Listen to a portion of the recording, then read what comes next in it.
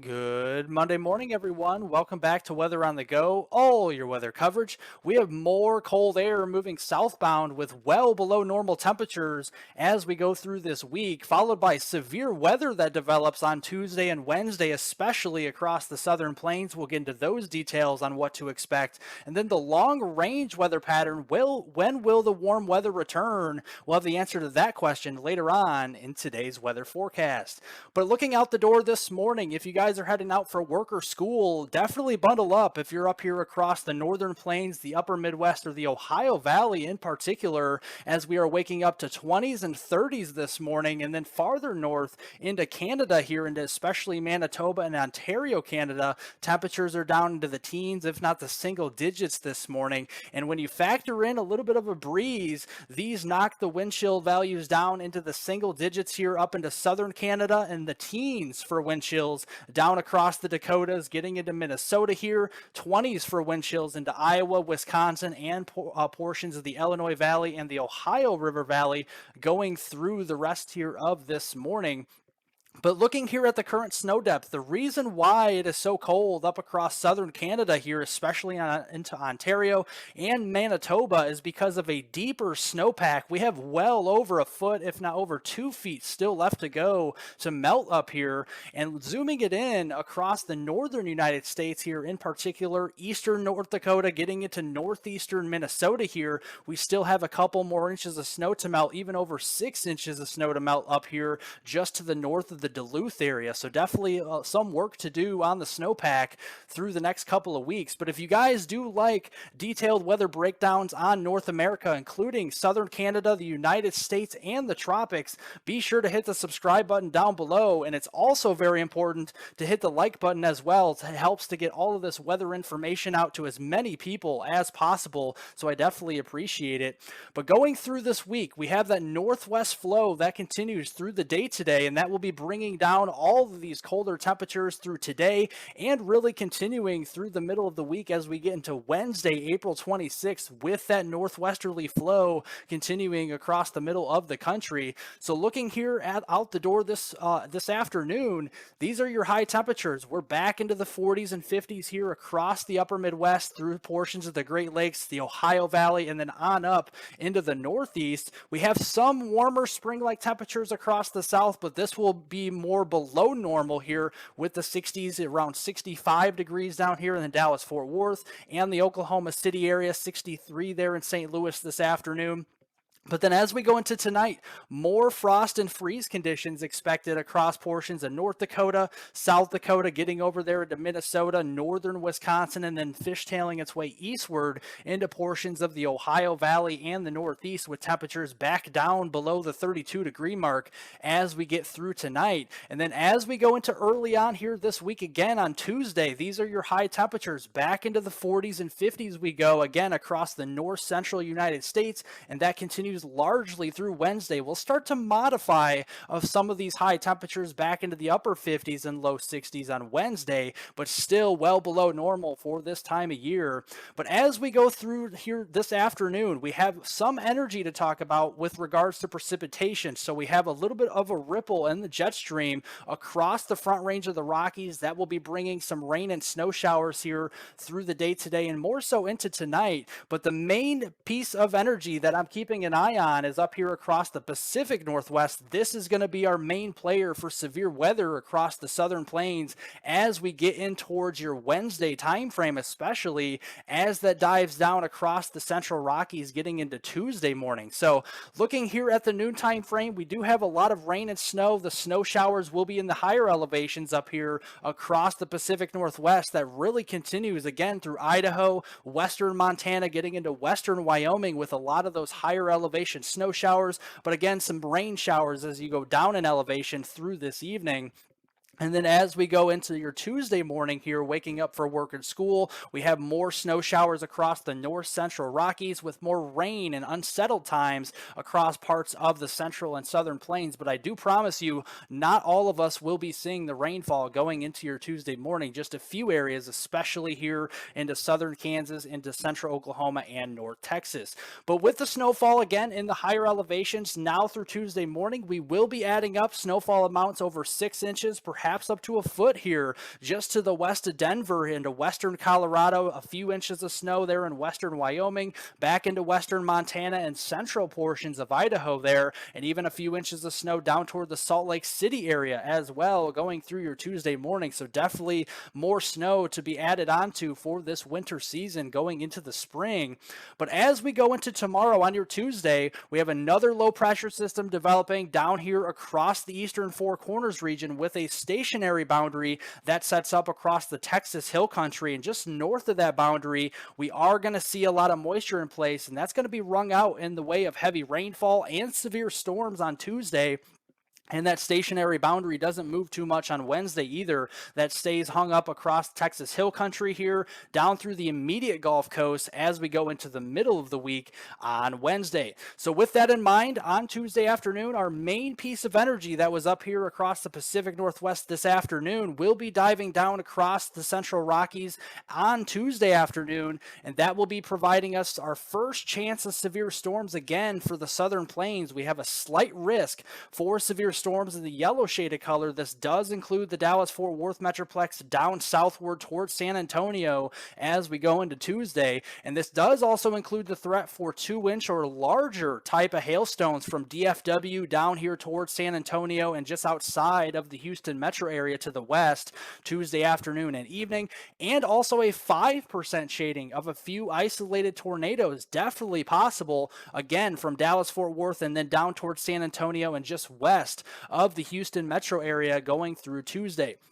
So looking at the setup here, dew points will be advecting northward again into the 50s, low 60s out here. That will contribute to some weak to at least moderate instability values around 1,000 to 1,500 joules per kilogram across that slight risk area especially. And we have some wind shear to contend with as well. Not the strongest wind shear, but just enough to organize these storms through Tuesday afternoon and evening. So looking at the 7 o'clock time frame on Tuesday morning, we have all that moisture advecting to the north. You can see that with some showers at times across North Texas, getting into Oklahoma and southern portions of Kansas through Tuesday morning at 7 a.m. That continues more or less through the noon time frame. So we're kind of moistening up the atmosphere, not really seeing any severe storms through the morning or early afternoon. But as we get toward peak daytime heating, late afternoon, 4, 5, even 6 o'clock here toward the dinner time frame, we'll start to see more supercells develop, especially across that slight risk region across North and East Texas, and then those will push off to the east across the Arklatex as we get through the evening hours and toward the midnight time frame on your Wednesday. So this does concern me a little bit for a nocturnal threat for tornadoes, so definitely want to have multiple ways to get watches and warnings if you live in North or Central Texas as we go through your Tuesday evening time frame. But even on Wednesday, that piece of energy, the main piece, will be pushing across the Texas Panhandle by Wednesday afternoon, and then arriving across the Red River into North Texas by Wednesday night. Again, another overnight threat for severe storms. And it looks like with that main piece of energy, we will have more severe storms and actually more widespread across North Texas and into Eastern Texas on Wednesday, with that slight risk encompassing the Dallas-Fort Worth area, Tyler, Texas, over here closer to Shreveport, Texarkana, and then back again toward the San Antonio region on Wednesday. And again, the setup is the same. Dew points might be a little bit higher on Wednesday actually than the Tuesday event. So we have dew points in the low to even middle 60s down here into North Texas and East Texas as well, and those instability values will be a little bit higher on Wednesday as well. Here we see the oranges, that's at least 2,000 to 2,500 joules per kilogram of instability building, and we have more organized wind shear as well. We have winds coming in around 40, 50, even 60 knots in this area, so definitely more organization for storms going into Wednesday evening. So 7 a.m. on Wednesday, we have some showers and storms north of the Red River into central Oklahoma, back into southwestern Kansas, eastern Colorado. This is right along and just north of that stationary boundary. I'm not expecting much in the way of severe weather, maybe a couple elevated hail producers up here, but nothing that is going to be too extreme. Going through the noon time frame, again, a couple of showers will be moistening up the atmosphere again, so I can't rule out a shower or storm any point of the morning across North Texas or Eastern Texas through the noon time frame on Wednesday.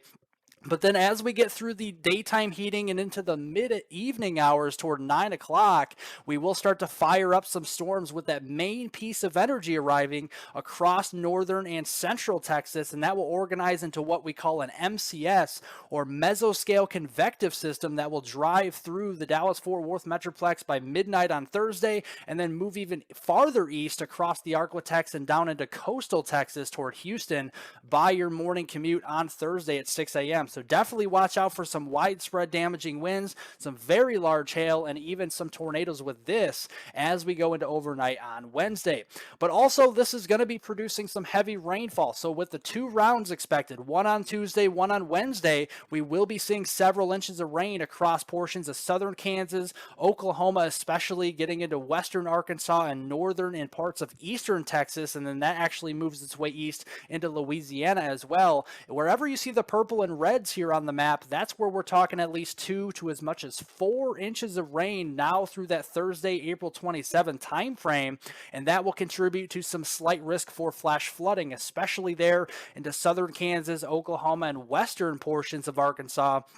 And then near the Red River there into Texas, north of the Dallas-Fort Worth area here on Tuesday into Wednesday. That pushes south and east, a more widespread area for flash flooding on Wednesday night into Thursday as that mesoscale convective system pushes across the southern plains. And now going through early next week, this goes through the opening day of May, and that's where we're going to be seeing more heavy rain building up across the eastern United States, the southeast, including Florida. Again, widespread blues and purples here. That's at least an inch to as much as 3 inches of rain across much of the eastern 2/3 of the country. Even some heavier rains up here into Wisconsin, northern Illinois, eastern Iowa, and southeastern Minnesota, with about an inch of rain expected there through next Monday.